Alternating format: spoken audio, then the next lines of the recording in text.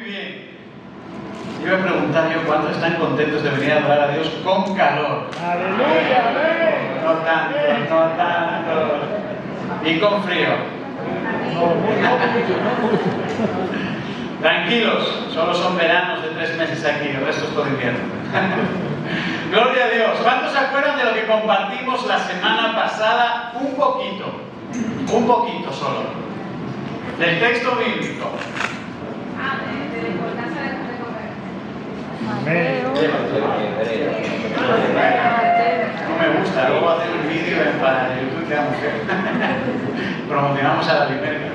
Muy bien, pon Samuel, que ponemos ahí. Vamos a hacer, me gustaría compartir con vosotros 2 puntos más de lo que fue la prédica la semana pasada, pero quiero hacer un repaso breve con vosotros, ¿sí? Porque considero muy importante que asimilemos lo que compartimos la semana pasada, lo que voy a añadir esta semana, para que si alguno la semana pasada sintió condenación, esta semana sienta el doble de condenación, ¿sí? Esa es mi intención, que el Espíritu Santo me use para que todos salgamos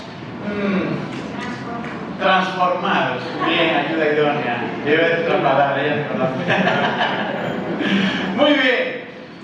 Dice ahí en Hebreos 10, dice, considerémonos unos a otros para estimularnos al amor, a las buenas obras, no dejando de congregarnos como algunos tienen por costumbre, sino exhortándonos y tanto más cuando veis que aquel día se acerca, ¿sí?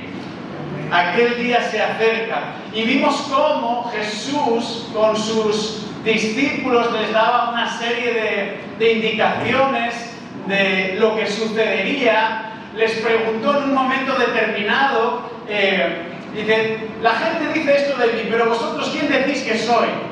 Y le dijo Simón Pedro, yo creo que tú eres el Hijo de Dios. Y él le dijo, muy bien, Pedro, porque esto no te lo ha revelado ninguna persona, sino solo el Espíritu Santo de Dios. Y yo te digo que sobre esta roca edificaré mi iglesia, ¿sí?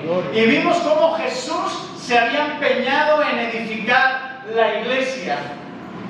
Y vimos diferentes significados literales de edificar y cómo esos diferentes significados podían aplicar perfectamente a la vida espiritual. Jesús cuando toma una persona no anda con reparaciones y poniendo parches en su vida, hace una obra nueva, la edifica desde cero, hace una casa nueva.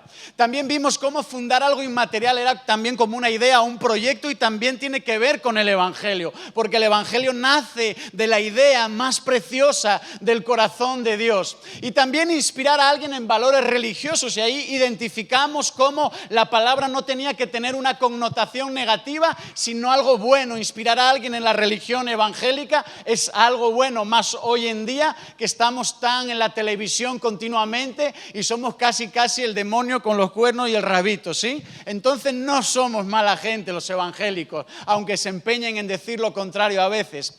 Pero era muy importante para Jesús edificar la iglesia y para ello Él estaba enseñándoles que Él tenía que edificar la iglesia. Jesús empoderó a sus discípulos con el Espíritu Santo para que pudiesen ser buenos edificadores de su reino. ¿Sí? ¿Hasta ahí todo bien?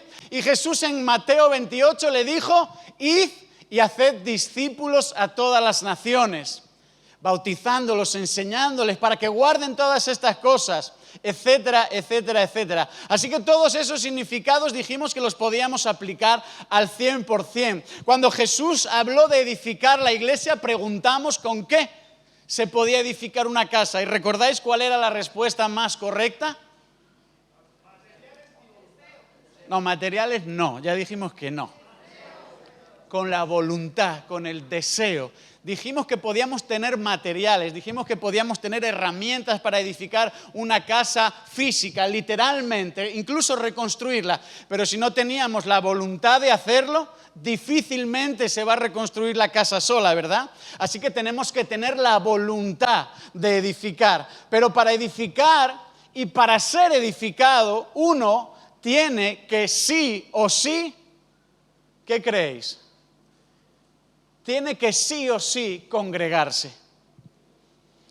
para que tú y yo podamos edificar el reino de Dios y podamos ser edificados, tenemos que vivir en congregación.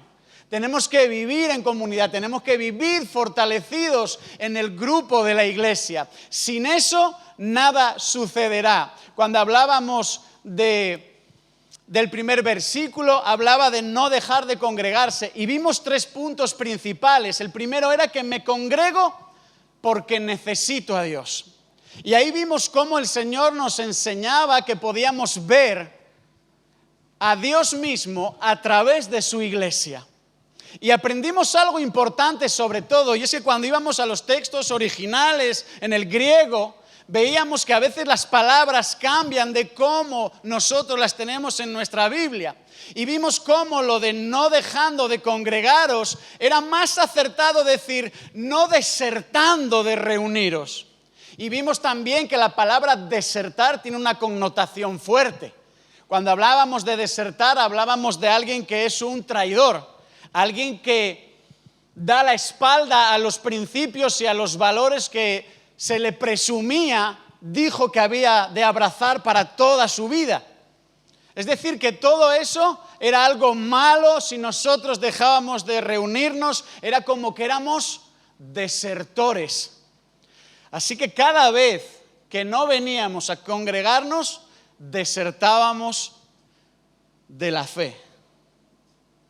Y cuando la palabra desertar ahí habla de esta realidad, es muy distinto porque en nuestras Biblias dice no dejéis de reuniros. Es como que nos dice pobrecitos, por favor, congregaros, no dejéis de reuniros, que os hace bien.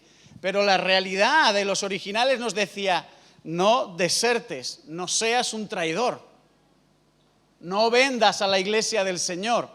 Y aquí doy por supuesto que todos estamos en la línea del equilibrio, de que todos entendemos que uno a veces si está enfermo no se congrega, que si a veces surgió un trabajo inesperado y hay que cumplir sí o sí, a veces hay que hacerlo también, pero que no es lo habitual. Hablo de situaciones normales. Tenemos que congregarnos. La iglesia es el lugar donde yo más veo a Jesús. Vimos el punto número 2, que es que me congrego porque necesito alimentarme. Necesito recibir el pan de vida, necesito la palabra de Dios. Decía ahí Colosenses que la palabra de Cristo more en abundancia en vosotros, enseñándoos y exhortándoos unos a otros en toda sabiduría, cantando con gracia en vuestros corazones al Señor, con cánticos, con himnos y con cánticos espirituales. Así que tenemos claro que el lugar donde me congrego es un lugar donde también soy alimentado.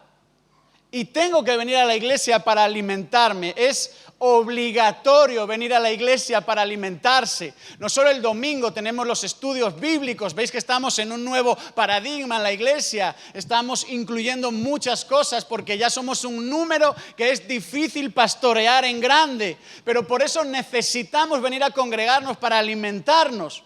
Porque necesitamos seguir adelante en nuestra fe. Y si no nos alimentamos, moríamos, ¿por qué? Por inanición. Y todos recordamos lo que era una muerte por inanición, ¿verdad? Una inanición prolongada es una falta de alimentación física prolongada y la persona muere irremisiblemente. Cuando el cristiano se expone a una inanición espiritual, es decir, a una falta de alimentación espiritual prolongada, te garantizo que muere espiritualmente también. Entonces entendimos lo importante que era congregarse para venir y recibir la palabra. Y también vimos el ejemplo, no sé si recordáis, de Pepito, de cómo era un gran hombre de Dios, que era una historia real, y como dejó de congregarse porque le abrió una pequeña puerta a una de las cosas que no tenía que haberle abierto, se convirtió otra vez en un hijo de desobediencia. ¿Sí? Todo eso lo recordamos, ¿verdad? Y vimos Hechos 2:42, como también los apóstoles perseveraban en la doctrina. Y me congregaba también porque tengo que obedecer radicalmente. Tengo que obedecer al Señor radicalmente. Y el Señor en su palabra dice que no dejemos de congregarnos. La palabra de Dios nos enseña que no tenemos que dejar de congregarnos. Si no hay dependencia y sujeción espiritual diaria de Dios, no estamos siendo discípulos que obedecen radicalmente. Y cuando uno obedece radicalmente, está dispuesto a hacer cualquier cosa con tal de agradar al Señor. Cualquier cosa. Y en esa disposición, el reino de Dios se extiende. El reino de Dios crece. ¿Os acordabais de todo eso? Amén. Muy bien, me alegro que os acordéis, porque cuando me congrego, lo que Dios nos recordaba es que Dios me habla, Dios me transforma, Dios me usa, Dios me protege, Dios me corrige y Dios me conecta con una familia espiritual. Eso es lo que Dios hace. Ahora, quiero preguntarte, ¿estás comprometido con la congregación de Dios? ¿Estás comprometido a hacer lo que Dios te pide que hagas? Una de las cosas que veíamos el otro día del discípulo que obedecía radicalmente era que estaba dispuesto a sujetarse a la congregación y a las autoridades espirituales de la congregación. Y que a veces corríamos el riesgo de alimentarnos con fuentes externas, por internet y por circunstancias así, que desvirtuaban lo que Dios, en el contexto de aquí de Avilés, quiere hacer con nuestra vida. No que esté mal escuchar prédicas, sino que cuidado con lo que nos afecta para lo que nosotros en este contexto estamos viviendo. Porque es muy distinto lo que tú puedes estar escuchando por internet a miles de kilómetros de distancia, o no tan a miles, de otro lugar, para otro contexto, para otra cultura y de otras formas, que para lo que nosotros estamos viviendo particularmente como iglesia local. Por eso era importante venir, alimentarse y obedecer radicalmente.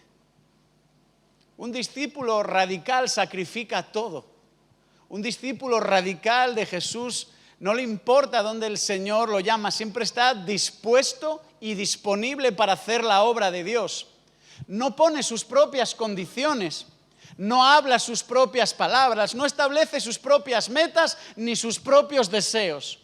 Lo que más anhela y a lo que tendría que estar dispuesto es a hacer la voluntad de Dios única y exclusivamente en su vida, sabiendo que la voluntad de Dios para su vida alcanza también a lo que Él más ama, que son las personas. Así que tenemos que convertirnos realmente en discípulos que están dispuestos y disponibles y que obedecen radicalmente, porque de otra forma, cada uno va a hacer la guerra por su cuenta y el reino de Dios no se va a extender.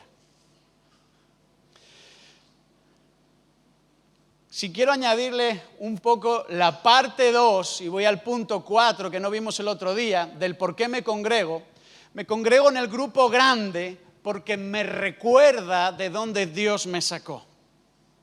Dice ahí la palabra en Efesios, Él os dio vida a vosotros cuando estabais muertos en vuestros delitos y pecados. ¿Alguna vez tuviste esa sensación de haber pasado de muerte a vida? ¿Cuántos de los que están aquí han pasado de muerte a vida? ¿Cuántos de los que están aquí realmente recuerdan el momento en el que pasaron de muerte a vida? Es importante recordar eso. Es importante aún para los que no han tenido, quizás como Miguel o como yo, una vida antigua, muy perra, muy mala, muy tirada a la calle. A los que han nacido en hogares cristianos o adoptaron un evangelio de una forma más gradual, sin un choque tan fuerte entre el mundo espiritual y el mundo carnal. Es muy importante identificar también el momento del nacimiento espiritual. Porque definitivamente, si tú y yo hemos aceptado a Cristo, hemos dejado nuestra vida vieja atrás y hemos caminado a una nueva. Cuando nos congregamos, venimos, entre otras cosas, a entender de dónde realmente Dios nos sacó, a recordarlo y a no olvidarlo sobre todas las cosas. Dicen, los cuales anduvisteis en otro tiempo en esos delitos y pecados, siguiendo la corriente de este mundo, conforme al príncipe de la potestad del aire, el espíritu que ahora opera en los hijos de desobediencia, entre los cuales también todos nosotros vivimos en otro tiempo en los deseos de nuestra carne, haciendo la voluntad de la carne y de los pensamientos. Si éramos por naturaleza hijos de ira, hijos de ira, lo mismo que los demás. Pero Dios, que es rico en misericordia, por su gran amor con que nos amó, aun estando nosotros muertos en pecados, nos dio vida juntamente con Cristo. Dios nos dio vida juntamente con Cristo. Escuchen, esto es algo para este tiempo. Estamos compartiendo la vida espiritual con Cristo. Aquello por lo que Él pasó, aquello por lo que Él vivió, aquello por lo que Él entiende que nosotros estamos viviendo y pasando, es un compartir con la vida de Cristo. Si os preguntara a cada uno de vosotros ahora de dónde el Señor nos sacó, ¿qué dirías de tu vida? Porque no tendríamos que pensar mucho para recordar y agradecer al Señor de dónde nos sacó. Todos los que estamos aquí recordamos nuestra vieja forma de vivir, recordamos cosas de nuestra forma pasada de vivir, recordamos, ¿verdad?, que éramos hijos de ira, que éramos llamados hijos de ira, como dice la Escritura. ¿Alguien lucha hoy en día, ya esto a modo de curiosidad, alguien lucha hoy en día con la ira? ¿Aún siendo cristiano? Nadie. Aleluya, solo yo. Hay 2, 3, mira, claro, hasta que yo no digo yo sí, los demás no dicen nada. Entonces todos somos santos hasta que el pastor peca, ¿no? O sea, muy bien, está bien, está bien. El próximo día voy a preguntar, tú. Porque siempre soy yo el primero. Muchas veces escuchamos y aún hablamos retóricamente en nuestra vida, oh Señor, ¿de dónde me sacaste? Oh Padre de los cielos, gracias porque este pobre pecador estaba muerto en sus delitos y pecados. Oh Padre, gracias porque tú sabes que era un desgraciado, Señor, y ahora me lavaste con tu sangre. Oh Padre, gracias esto, lo otro. Y cuando pongo el primer pie allá afuera en la calle, se me olvidó todo lo que estaba aquí retóricamente rezando. Pero los evangélicos no rezan. Pero nos sabemos oraciones de memoria que repetimos como loritos, acompañados de versículos bíblicos que también sabemos de memoria y que también repetimos como loritos. Pero nuestra vida no está siendo suficientemente transformada. Entonces los católicos rezan, pero los evangélicos también. ¿Y por qué digo todo esto? Porque cuando llegamos aquí y venimos aquí y levantamos nuestras manos y declaramos que Jesucristo es el Señor de nuestra vida, venimos a este lugar para que, entre otras cosas, la congregación también en su ambiente espiritual de cuerpo de Cristo nos recuerde de dónde el Señor nos sacó y por qué estamos aquí hoy. Hace años yo estaría congregándome cada sábado por la noche en la calle alrededor de mi ídolo, la botella, y golpeándome con las personas y yendo a mi lugar de culto que eran los bares y las discotecas, pero el Señor hoy me recuerda que estoy aquí porque ya no soy lo que era.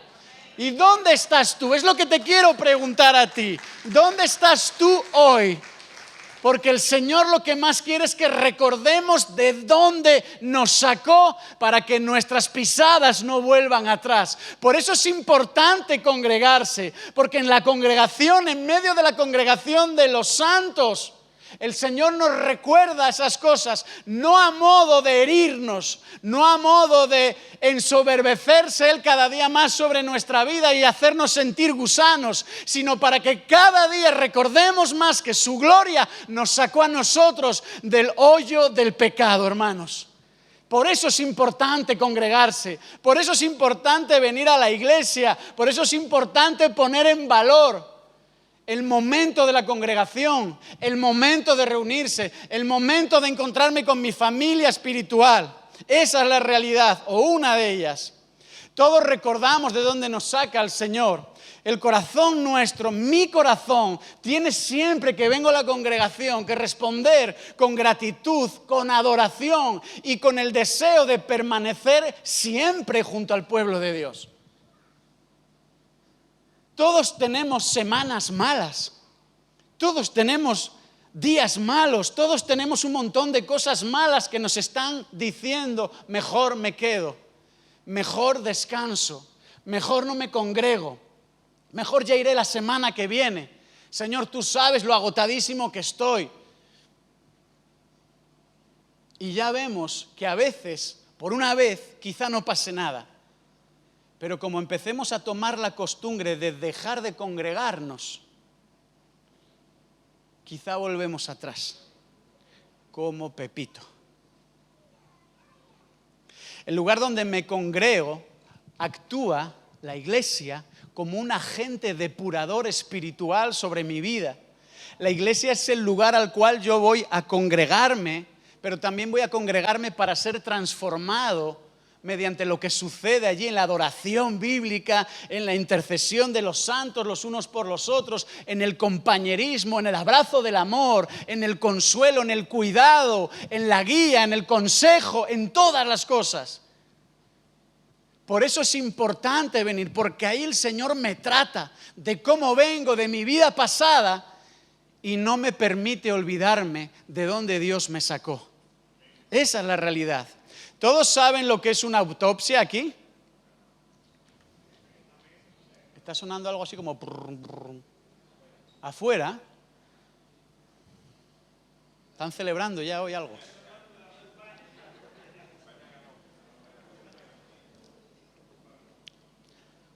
Aquí decimos que hasta el rabo todo es toro y que no se vende la piel del oso sin cazarlo antes. Así que España tendrá que... Una autopsia es aquello que se le practica a un cuerpo cuando ya está fallecido, es decir, post-mortem, para saber si es necesario cuáles fueron las causas de esa muerte. Una autopsia clínica o forense, legal o forense, es aquella autopsia que se le practica a un cuerpo cuando la muerte fue abrupta, fue chocante, fue fuerte, fue violenta, un accidente, un asesinato, algo así, ¿verdad? Para dirimir cuáles fueron las causas reales de esa muerte. La clínica se realiza en los hospitales, cuando por ejemplo alguien fallece y pues yo tuve un amigo que falleció hace muchos años y la mamá, tristemente, muy dolida, pero a los meses dice, es que no estoy de acuerdo con ese diagnóstico. Y tuvieron que sacar al muchacho otra vez para hacerle otra autopsia más y dirimir si de verdad aquel diagnóstico y lo que había provocado la muerte de mi amigo era real o estaba equivocado. Es decir, que hay varias clases, no muchas, algunas diferentes de autopsias. Pero ¿sabes? También hay autopsia espiritual. Lo peor de la autopsia espiritual es que vemos a veces cómo un hermano se nos está muriendo en vida espiritualmente y el cuerpo de la iglesia actúa como médico forense, o debería de actuar. Por eso es importante venir aquí, aunque creas que te estás muriendo espiritualmente.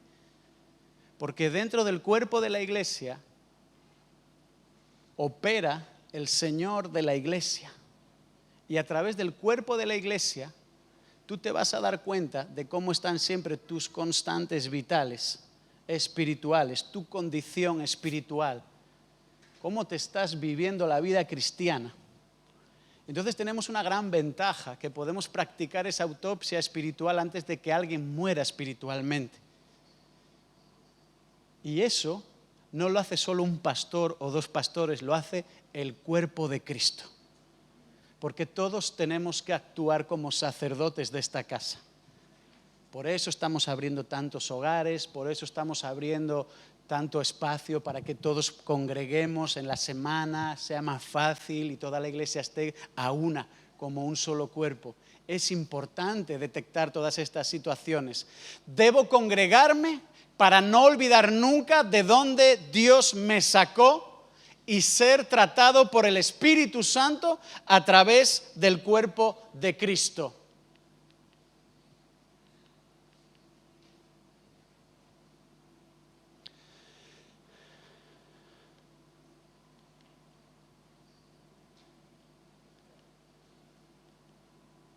Me congrego en otra forma, en un grupo pequeño. ¿Sabes por qué ahora empezamos a congregarnos en un grupo pequeño? Muchos me van a decir, porque somos demasiados ya. Porque somos casi 300 personas, porque sigue creciendo la iglesia, gracias a Dios. Pero, ¿por qué más? No es solo por capricho. No es solo por decir, encontramos una manera, un método, un sistema. No se trata de eso.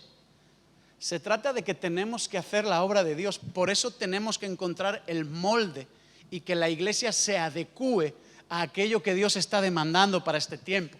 Me congrego en grupos pequeños, lo que nosotros hemos llamado últimamente los hogares familia desde hace casi un año ya, porque ahí es donde necesito encontrar mi lugar pequeño, mi referencia, mi identidad, mi seguridad para mi desarrollo.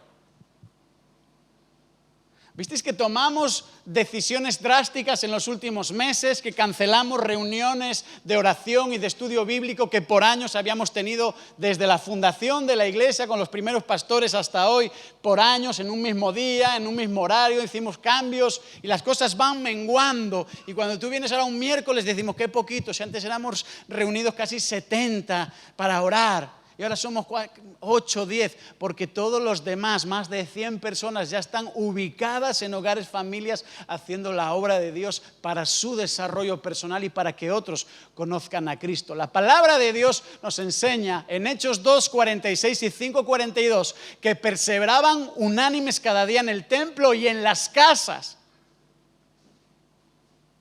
Todos los días en el templo y por las casas no cesaban de enseñar y de predicar. Bueno, vamos a tener que ir todos los días, lunes, martes, miércoles, jueves. No, tú irás a tu hogar familia en el día que te vaya mejor, en el horario que te vaya mejor, pero tienes que hacerlo. Porque es la forma en la que Dios nos está permitiendo pastorear toda la iglesia y seguir ganando a otros. Actuar una vez a la semana, hermanos, escuchen esto, pasivamente, si acaso 1 hora y media sobre mi vida espiritual, no me hará crecer. Tú y yo podemos venir 1 hora y media a la iglesia. 1 hora y media, lo que más o menos dura el culto.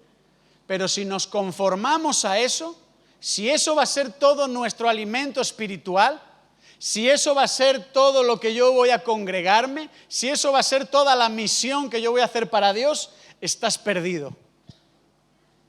Acabarás muriendo por inanición espiritual.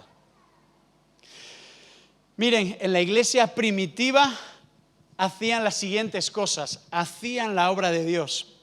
En la iglesia primitiva, en las casas, se reunían porque allí celebraban a Dios, celebraban lo que Él es y celebraban lo que habían hecho en su vida. Celebraban todo aquello por lo cual Dios les estaba ayudando a seguir adelante. Todos sabemos que en la iglesia primitiva había oposición y persecución. Y se pagaba con la vida. Y ellos se reunían para celebrar el nombre de Cristo. Celebraban sus victorias personales. Probablemente celebraban cuando escapaban de la espada que los perseguía. Celebraban todo lo que podían celebrar. Y estaban en un clima de persecución. Celebraban las vidas de los miembros, celebraban probablemente sus cumpleaños, celebraban sus fiestas bíblicas. Ellos celebraban, pero celebraban en medio de ese clima. En ese lugar, igual que nosotros hemos empezado a hacer ahora en los últimos meses, es donde ellos se conectaban unos con otros. Por eso es muy importante que tú y yo nos conectemos a un grupo pequeño. Esta tarde tenemos la preformación. Entre los que se iniciaron ya dentro de los hogares familia, más los que se han inscrito, ya tenemos otros 50 hermanos que van a entrar en esa preformación. Si tú no lo has hecho, tienes que hacerlo. Estaremos esta tarde aquí. No te preocupes, si eres muy futbolero, lo vamos a hacer antes del partido. Para que ya cuando el Señor nos dé la madurez completa, digamos, bueno, no importa el mundial, yo estoy aquí para hacer la obra de Dios. Eso es lo que importa. Pero es el lugar donde nos conectamos, donde nos ayudamos, donde nos vamos a servir unos a otros, porque es ahí realmente como en la iglesia primitiva funcionaba eso de los unos a los otros. ¿Recuerdas lo que nos enseñaba el Señor en su palabra? Que os améis los unos a los otros, que soportéis las cargas los unos a los otros. Ahí, en el grupo pequeño, cobra identidad y valor todo ese unos a otros. Ahí es donde conectamos con Dios, donde también estaremos adorándole, donde esta palabra del domingo, ahí la rumiaremos todavía un poco más, le extraeremos un poco más el jugo y seguiremos enfocándonos para que el Señor nos siga haciendo madurar. Es donde conectaremos también con la comunidad, porque tenemos una intencionalidad de conectarnos con otras personas y que lleguen a conocer a Cristo. Ya hay aquí algunos de vosotros que llegasteis a un hogar familia, conocisteis al Señor, entregasteis vuestra vida ahí y llevamos 8 meses nada más, 9 meses y ya os vais a bautizar. Eso es una bendición que sucede en un grupo pequeño y por eso tenemos que trabajar unidos en grupo grande y en grupo pequeño sin dejar de congregarnos. Es donde compartimos la palabra para que la palabra aplique a nuestra vida, para que sepamos cómo conducirnos, para que sepamos ser gente de Dios, gente que actúa por el poder y la sabiduría que el Espíritu Santo da a través de la palabra, porque ahí es donde creceremos como creyentes en nuestro carácter. Ahí es donde habrá probablemente en un grupo pequeño también los roces, donde diremos, ya no aguanto más a este hermanito, a esta hermanita, ya es que el invitado que trajeron la semana pasada, y ahí es donde Dios te va a decir, tranquilo, tú estabas orando por paciencia y te mandé a ese petardo para que se sienta al lado tuyo, le tengas paciencia y le hables del Señor. Eso es lo que va a suceder, pero es importante congregarse en los grupos pequeños, que podamos hacer una aplicación práctica de la palabra, como cuando Jesús en Mateo 18 dice, enseñándoles que guarden todas las cosas que yo les he mandado, y que guarden no significa que me lo guarde en el bolsillo y ya está, significa que yo integre las palabras, las verdades, las enseñanzas de Cristo a mi vida y que sean reales ante la sociedad. Eso es guardar la palabra de Dios, integrarla a mi corazón y ponerla en práctica para otros. El grupo pequeño es donde seremos cuidados y donde nosotros cuidaremos a hermanos más pequeños en la fe y donde nosotros probablemente también como más pequeños de otros seremos cuidados, y es donde conquistaremos. Son las varias C, las 6 C de lo que es un grupo pequeño, donde nosotros saldremos a las calles, hablaremos de Cristo y trabajaremos intencionalmente en nuestras relaciones personales para que un día todos aquellos por los que estamos orando estén aquí sentados a tu lado y escuchando también la palabra de Dios. Debo congregarme en mi grupo pequeño, en mi hogar familia, para seguir haciendo la misión de Dios, porque eso da sentido de identidad y pertenencia a mi vida espiritual, iglesia. Esto es por lo que yo tengo que congregarme. Son esos 5 puntos que voy a enviar al canal de la iglesia para que todos los tengáis y los podáis descargar desde ahí, para que lo tengamos presente y podamos practicarlo. No solo ser oidores olvidadizos, sino hacedores de la palabra. Amén. Esto es lo que más el Señor quiere. Ahora, hoy estaba pensando y digo, Señor, tiene que haber un texto, una figura que ilustre muy bien lo que está sucediendo, y estamos terminando ya con esto.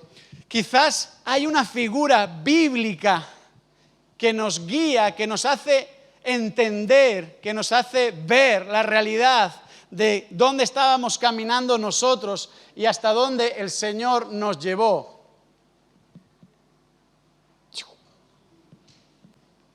Otra más. Mira, Jesús y el endemoniado avilesino. Eso es Avilés ahí detrás. El Niemeyer está aquí, está debajo del puente ese que pasa por encima de la ría.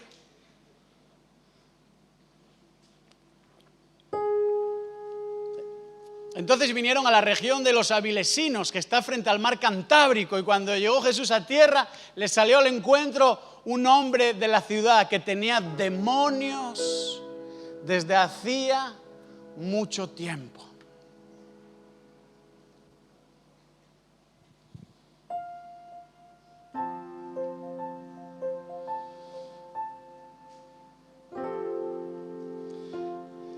Dice, y arribaron a la tierra de los Gadarenos, que está en la ribera opuesta a Galilea.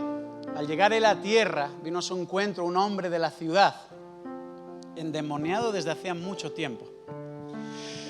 Y no vestía ropa ni moraba en casa, sino en los sepulcros. Este, al ver a Jesús, lanzó un gran grito y postrándose a sus pies, exclamó a gran voz: ¿qué tienes conmigo, Jesús, Hijo del Dios Altísimo? Te ruego que no me atormentes.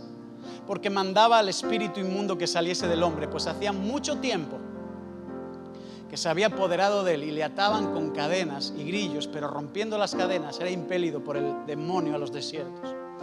Y le preguntó Jesús diciendo: ¿cómo te llamas? Y él dijo: Legión, porque muchos demonios habían entrado en él.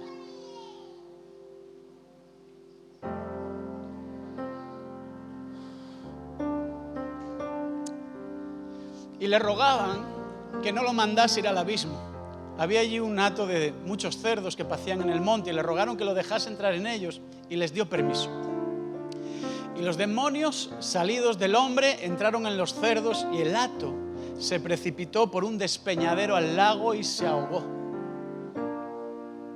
Y los que apacentaban los cerdos, cuando vieron lo que había acontecido, huyeron y yendo dieron aviso en la ciudad y por los campos y salieron a ver lo que había sucedido. Y viniendo a Jesús y hallaron al hombre de quien habían salido los demonios, sentado a los pies de Jesús, vestido y en su cabal juicio, y tuvieron miedo. Y los que lo habían visto les contaron cómo había sido salvado el endemoniado. Entonces toda la multitud de la región alrededor de los Gadarenos le rogó que se marchase de ellos, pues tenían gran temor. Y Jesús, entrando en la barca, se volvió.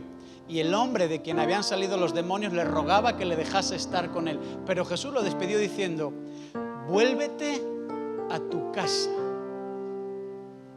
Vuélvete a tu casa.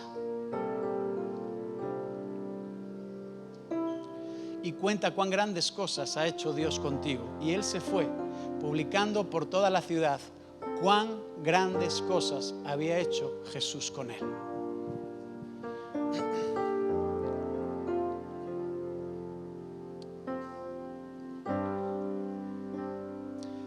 Lo que se perdieron los escritores, ¿verdad? Al no tener el ChatGPT para ilustrar bien todas las historias. Pero tenían al Espíritu Santo. Era más que suficiente. Poco más tenían que el Espíritu Santo. Y trastornaron el mundo. Esta escritura nos recuerda, para finalizar, que Jesús fue y sacó a una persona que vivía desamparada, desahuciada, que nadie quería estar con ella, de los sepulcros. Esa persona no tenía dominio propio sobre su vida, sino que estaba sujeta a la posesión del infierno. Era un esclavo en su forma de vivir. Nada lo podía detener de hacer el mal. Pero ¿quién llegó a ser cuando estuvo con Jesús? Cuando él se encuentra con una persona que es capaz de entender que lo más importante es el reino de Dios. Lo sienta delante de él, lo viste, lo limpia, lo libera. Esa persona recobra su juicio cabal, entiende el porqué de la vida, de por qué ha sido creado, y se sienta a los pies de Jesús y le dice: déjame ir contigo, déjame ir contigo. ¿Y qué le dice Jesús? No. Tienes que ir a tu casa y decirle a los tuyos lo que ha hecho Dios contigo. Y esa persona se convierte en un testigo de Jesús, porque la poderosa obra y mano de Dios actuaba sobre él. Ahora, Dios nos ha traído a nosotros. Puede que algunos de nosotros estuviéramos endemoniados en el pasado, pero como mínimo éramos personas muertas en nuestros delitos y en nuestros pecados, que Dios rescata, nos hace como hizo como este endemoniado, nos libera quizá de demonios, quizá de otras ataduras, nos viste de dignidad, se sienta a la mesa con nosotros, nos enseña su palabra y nos dice que tenemos que ser lo mismo para otras personas. Y para eso es importante que tú y yo veamos la congregación como un lugar de valor, un lugar prioritario, un lugar donde vengo y el Espíritu Santo me trata, el lugar en el cual Dios me recuerda de dónde me sacó y el lugar donde Dios me dice: ahora haz piña con un grupito pequeño y vamos a hacer mi obra más allá de lo que ni siquiera nunca has imaginado. Eso es a lo que Dios nos está llamando ahora. Eso es a lo que Dios nos está empujando ahora.